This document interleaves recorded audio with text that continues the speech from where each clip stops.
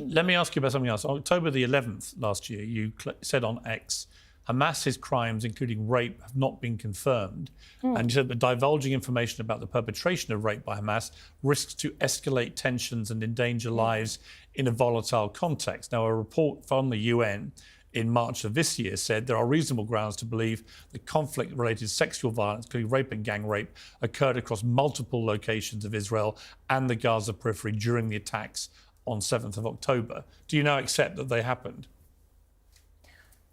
I prefer to rely on the report on the two reports issued this year by the Commission of Inquiry, because unlike the Patel's report, the special representative of the Secretary General went to Israel, didn't interview any victims, made very controversial statements. I respect her, but at the same time, I respect the findings of a fact-finding body whose job is to collect evidence. While I do not have any element, because I have not investigated allegations of rape, I have no elements to say rape didn't occur. So if rape occurred, it should have been investigated, prosecuted, and the responsible people should be held to justice. But the UN says it did happen. No, the point is, no, you work at the UN. Said, no, the UN, the UN is there are political appointees and then human rights appointees.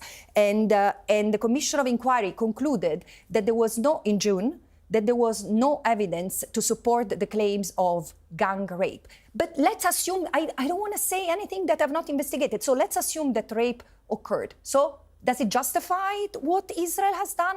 The reason why I'm curious why as a woman who works at the United Nations, why you would even want to have a spectre of doubt about it. I've read so many Because of the beheaded babies, because of the claim of beheaded babies. How many journalists, sorry, Piers, including yourself, have amplified this news and used this argument of the beheaded babies? What do you think I said?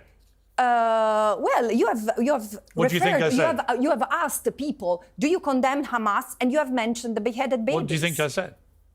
What do you mean, what I think you said? Quote back to me what you think I said about babies. Beheaded babies? Yeah.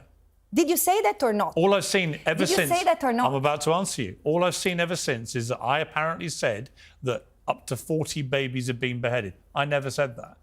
It's completely untrue. You said, no. Look, you have referred to, I don't know if 40, you have referred to the beheaded babies or to the babies I talked about babies being killed, people being beheaded, which they were, because you know how we know that? Because Hamas broadcast it on their GoPro cameras. Look, I'm not going to justify or to condone any crimes that were committed on October 7.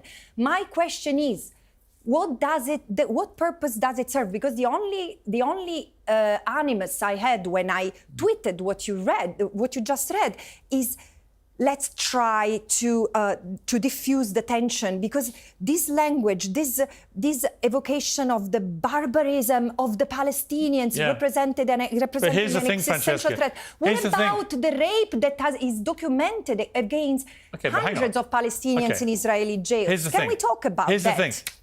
Because we have evidence of this. Fine. Here's what I would say to you. I actually resent anybody who tries to downplay or mitigate the barbarism of what Hamas did that day, because it was utterly barbaric. It was medieval in its barbarism. And the reason we know that, beyond any doubt, is they were proudly broadcasting it to the world. I don't know if you've seen the film that's been made. I have.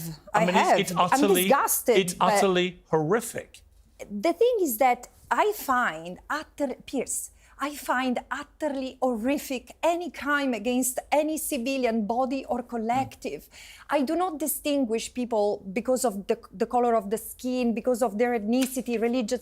This doesn't matter to me. For me, the life of civilians is sacred. And this is why I'm so horrified by years and years I've spent documenting and reporting on the violations of Palestinians. And I'm someone who has produced scholarship on Palestinian forced displacement. So 76 years and even more since British colonialism in Palestine. For 100 years, these people have been tormented.